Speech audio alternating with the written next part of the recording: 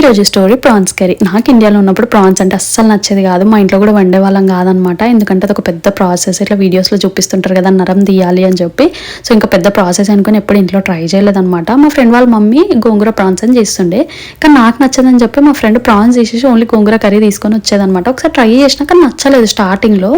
తర్వాత ఒక 2 to 3 times రెస్టారెంట్స్లో తిన్నా అనమాట. మంచిగా అనిపించింది. ఇంకా అప్పుడు మా ఫ్రెండ్ వాళ్ళ మమ్మీ చేసిన కర్రీ ట్రై చేసిన అనమాట, ప్రాన్స్తోని, గోంగూర ప్రాన్స్. సూపర్గా నచ్చింది, ఫేవరెట్ అయిపోయింది అనమాట.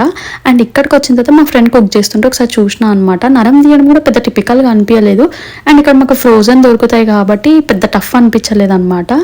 అండ్ సింపుల్ ప్రాసెస్, తక్కువ ఇంగ్రీడియంట్స్, తక్కువ టైంలో అయిపోతుంది. ఇంకా అట్లా హేట్రెడ్ ఉన్న డిష్ కాస్త ఫేవరెట్గా మారిపోయింది అనమాట. అట్లా మీకు ఏదైనా ఉందా ఇట్లా అస్సలు నచ్చేది కాదు కానీ ఇప్పుడు ఫేవరెట్ అయిపోయింది, అట్లా ఉంటే కనుక కామెంట్ చేయండి.